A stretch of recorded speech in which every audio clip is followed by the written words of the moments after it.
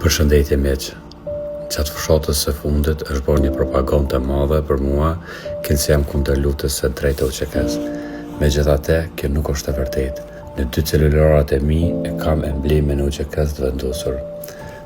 Siç e dini, UÇK për herë të parë është shfaqur në fshatin të Millaush dhe viktima e parë në Kosovë ka qenë mësuesi Malet Keci. Unë kam përjetuar të gjithë luftën në Kosovë. Baba jem ka qenë ndër luftëtarët e parë të lirisë së Kosovës dhe ka bajt armë vazhdimisht.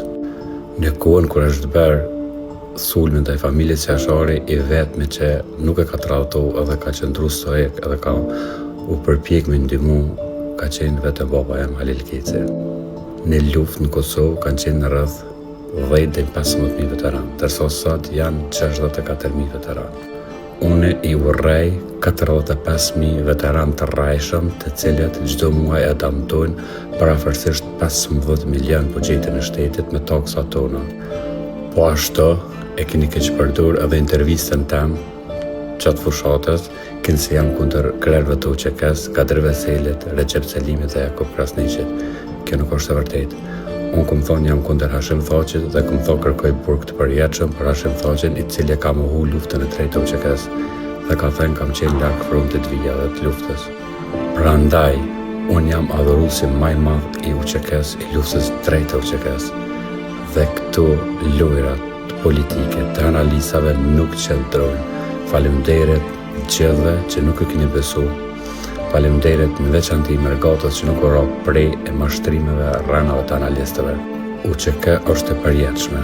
Askush nuk ka drejt të keq përdor emblemin, sepse fal gjakut të tyre, fal luftës së drejtë të UÇK-s, ne jemi sot këtu ku jemi.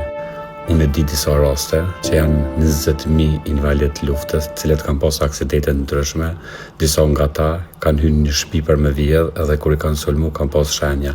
Me ato shenja të hajnis pa qenë fare në luftë, marrin pensionin e invalidit.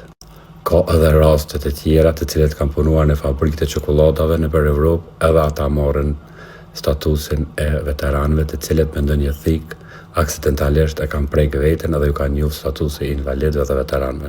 Jam kundër këtyre dhe sapo të marr mandatin si deputet së shpejti, do ta ngrej zërin dhe do të luftoj të gjithë këta që munduhen të keq përdorin luftën e UÇK-s, emblemin e UÇK-s dhe veteranët e vërtet, të cilët janë parafërsisht 10 deri 15.000 vetë do të kenë pagë dinjitoze, do të luftoj për këtë.